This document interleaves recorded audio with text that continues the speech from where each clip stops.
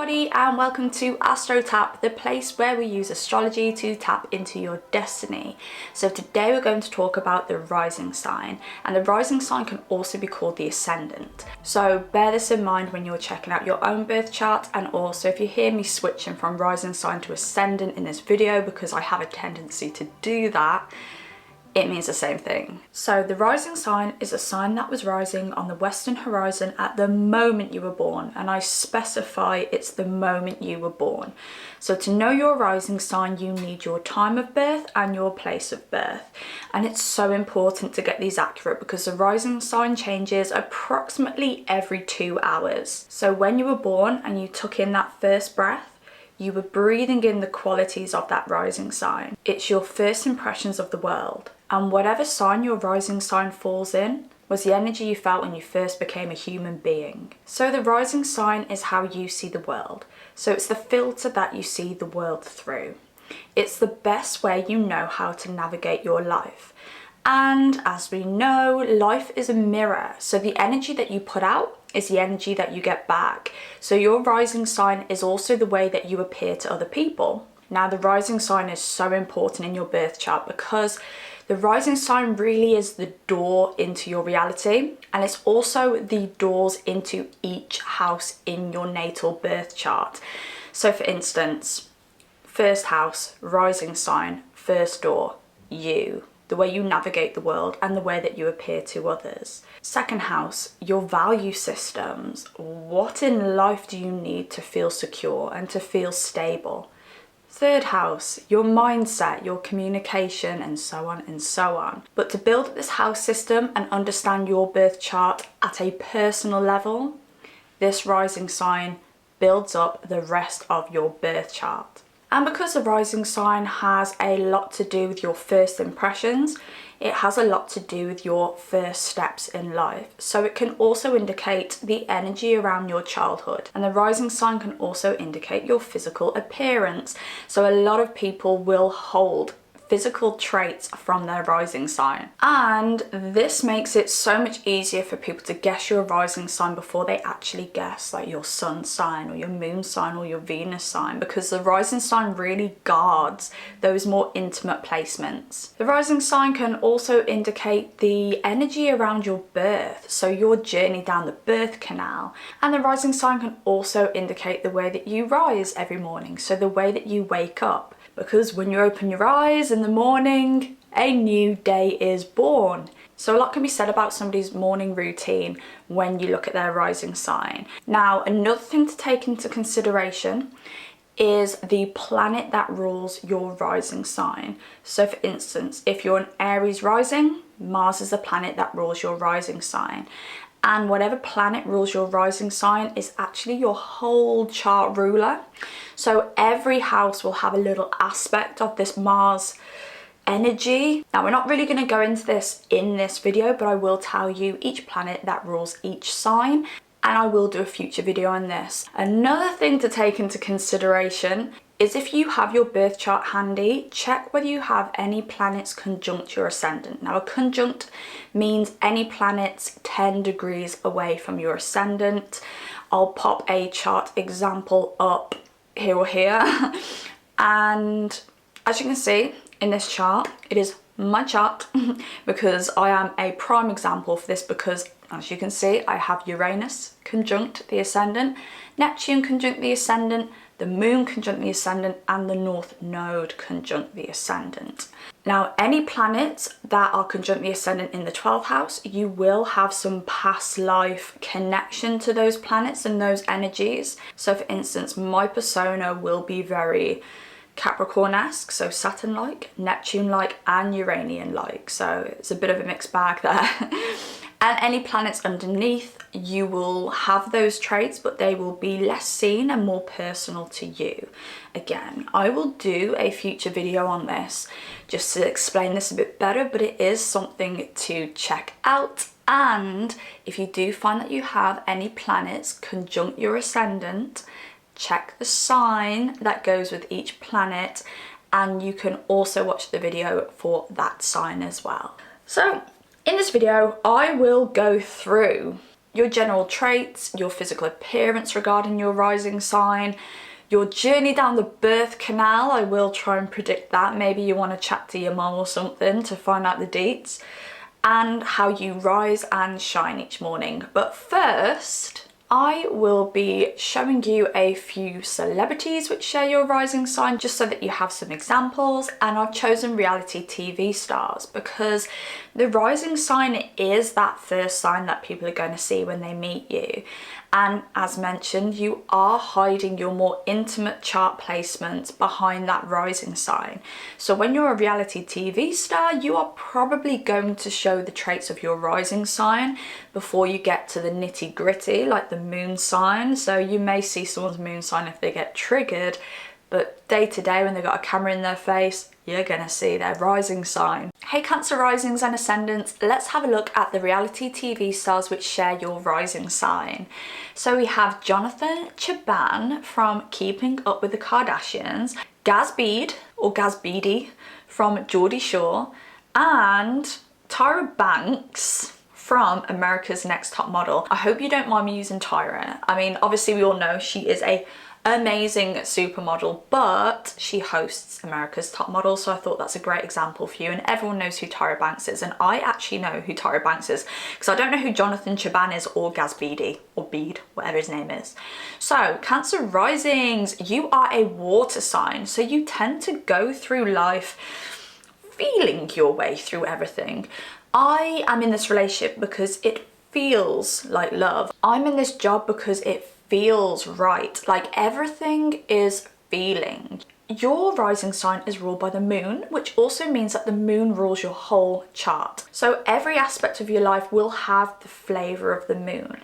So the moon, again, is all about emotions. It's all about feeling. The moon changes signs every 2.5 days.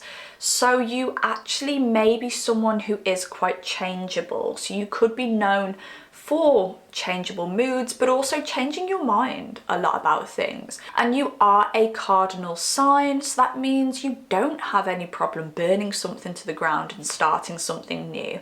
And cardinal energy really is strong energy because it takes guts to do something new. And you guys have that strength and you have those guts. So, guts. You guys have guts. As mentioned, you do feel your way through life, and because of this feeling, you're very intuitive. You make investments through the way everything feels. You can read energy really well, but this also makes you very sensitive to energies. So you're the kind of person who can walk into a room and you can tell if it's a good vibe or a bad vibe. You can be speaking to somebody for 20 seconds and you can tell in that 20 seconds whether they like you or not.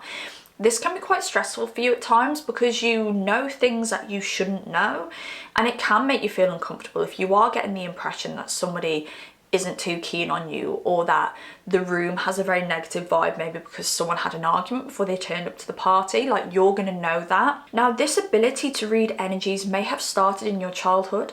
So you could have grown up in a household where you may have had a highly emotional parent or a highly emotional sibling, and you had to kind of be careful around them. It doesn't necessarily mean that the instability caused you any harm, that's not what I mean, but you may have had someone around you when you were younger who was a bit unstable, and you had to be very careful around them and try and stabilize them emotionally. A good example is I had my son. I'm not a Cancer rising, but my son is a water rising sign, and Cancer is a water rising sign. So when I had my son, I didn't stay with his father, and leaving his father was very difficult for me. I had to start a whole brand new life. Because me and my son are so close and we're so connected, he could see when something wasn't going well for me. And as a water rising sign, he is so considerate of my feelings. And when he can see that I'm just a bit off, he'll ask me, "Are you okay? It's okay, everything's fine, be brave," things like that. And that's his water sign rising. And I'm part of him building that ability to read energies because he's watched me have a tear falling down my face. I am a Capricorn moon, so I don't cry very often. But he's seen me have a tear down my face and he's like, "Oh, That's emotions. Let's find out what evoked that emotion. You've had some emotional training because that's the way that you knew how to navigate through life, and you feel safe when you're emotionally safe. Like, your house can burn down, but as long as you're still standing next to the love of your life, you feel safe and you feel protected. So you really value relationships and family. It's people and love that makes you feel secure. So every decision you make in life is based around your comfort and safety. And you may be the type of person who builds family bonds with friendships. So people don't have to be your blood relatives for you to consider them your brothers and your sisters, which is so beautiful. You choose relationships that can give you that loving kind of safety. You choose jobs where you can feel emotionally safe in those situations. Comfortable jobs, like you're probably the kind of people who have a very nice cushy job. Like, for instance, do you ever go to the doctor's surgery and you see the woman behind the desk? She seems like she's worked here for about 20 years. She's having a laugh with the other staff in the doctor's surgery. She knows all the doctors, she knows all the nurses, and you think to yourself, I think I'd like a job like that. She's probably a Cancer rising. She probably used that cardinal energy to jump jobs until she found that comfortable, stable situation. The job where she could build a family unit. Her co-workers are like her family. This also makes Cancer risings extremely good managers because they have everyone's best interests at heart. Your employees will feel so valued in the workplace. It's like we've all got each other's backs. The kind of workplace where you can go to work and talk about your crazy weekend or talk about the crazy fight you've just had with your boyfriend. Yeah, just have that kind of relationship that you'd normally have with your family, that openness, that honesty. And as mentioned, you are ruled by the moon, and the moon does change signs every 2.5 days, so you do tend to be a bit moody. We all get like it. If you're a woman, we get like it at least once a month anyway, regardless of your rising sign. You do like to have people around you and situations built up around you to stabilize you. You need that. You need somebody who's going to be accepting to your changing moods. And especially when it comes to like a life partner, you need a stabilizing person. You need that safety. You need that comfort within another person. Also, the moon is highly magnetic.